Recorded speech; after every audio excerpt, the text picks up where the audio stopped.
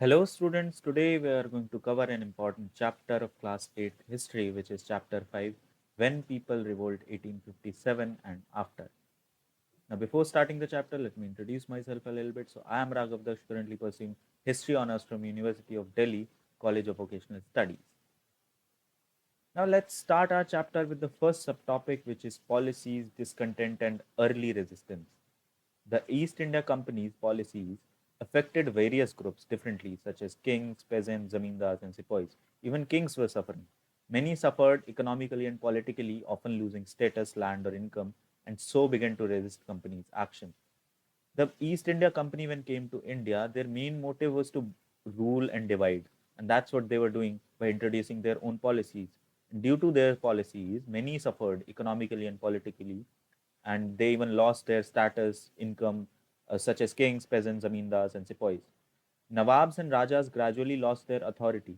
The company stationed British residents or officials at royal courts. So the British East India Company stationed their own officials at the royal court of Indian rulers to reduce the rulers' power, and they even disbanded the rulers' armies and established their own and seized their land step by step. Some rulers tried to negotiate with the British for their rights. For example, Rani Lakshmi Bai wanted her adopted son to inherit Jhansi, but the British refused. Nana Sahib pleaded for his father's pension after Bajirao II died, but he was also denied. So basically, Britishers were against the Indian rulers and they were trying to hold the power in their hands by establishing their, sepoys or armies into the Indian rulers' kingdom and by refusing the demands of Indian rulers. Awadh, a major kingdom, was annexed in 1856 after being forced into a subsidiary alliance.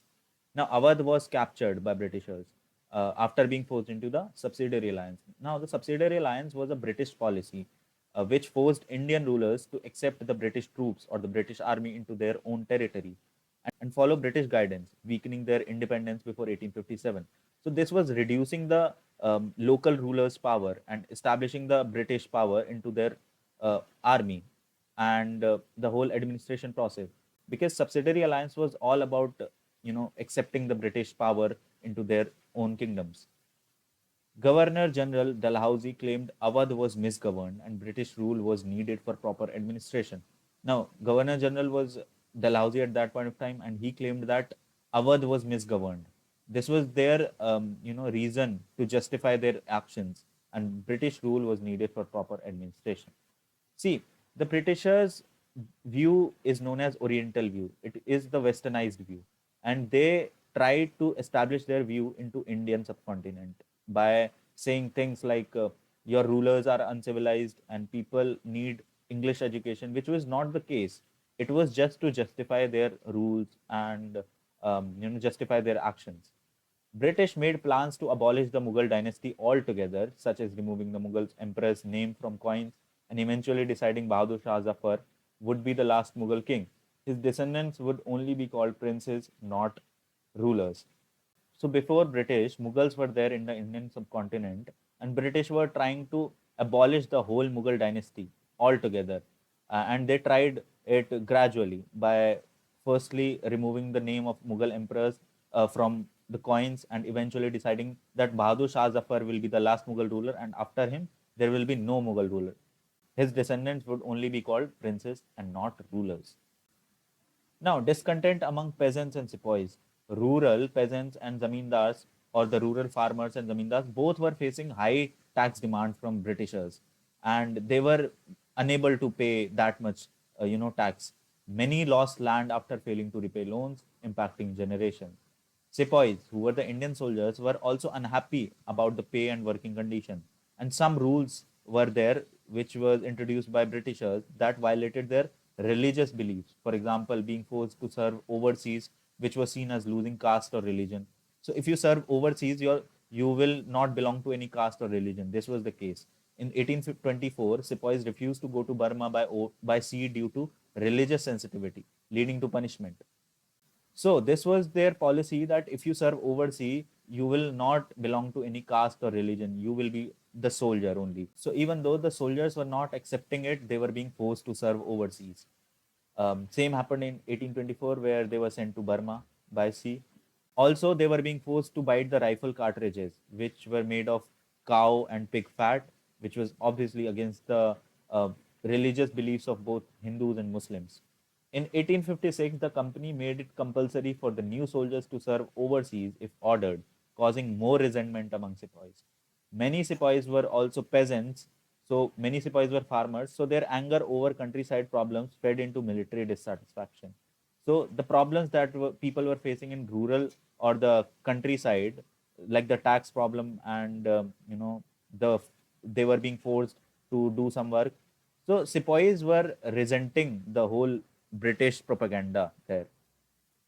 Now, British social and religious reforms. The British tried to reform Indian society, passing laws to stop the practice of sati and encourage widow remarriage. So, there were some advantages too for English education, such as they tried to, remove the social evils that were present there, such as sati pratha and widow remarriage was encouraged. They promoted English education and allowed Christian missionaries more freedom that you need to propagate our Christianity. A law in 1850 made conversion to Christianity easier, letting converts inherit family property. Some Indians felt British reform threatened their religion, social custom, and way of life. So what they were doing is they were trying to propagate their own propaganda of Christianity or English education. So in 1850, even they introduced a law that if anybody converts into Christianity, we will let him or her inherit the family property. So some Indians felt that Britishers were trying to, threaten the religion, other religions such as Hinduism and Muslim, um, and social customs and the way of life of Indians. Voices from the time. Vishnu Bhatt Godse's travel account tells that many sepoys were already expecting a big revolt. They believed the British wanted to destroy Hindu and Muslim religions through a list of 84 rules. Announced to Indian rulers in Calcutta, these rumors quickly spread among the sepoys through their networks. So Vishnu Bhatt Godse's travel also mentioned that even the soldiers were Indian soldiers that were present there, the sepoys, were already expecting a big revolt.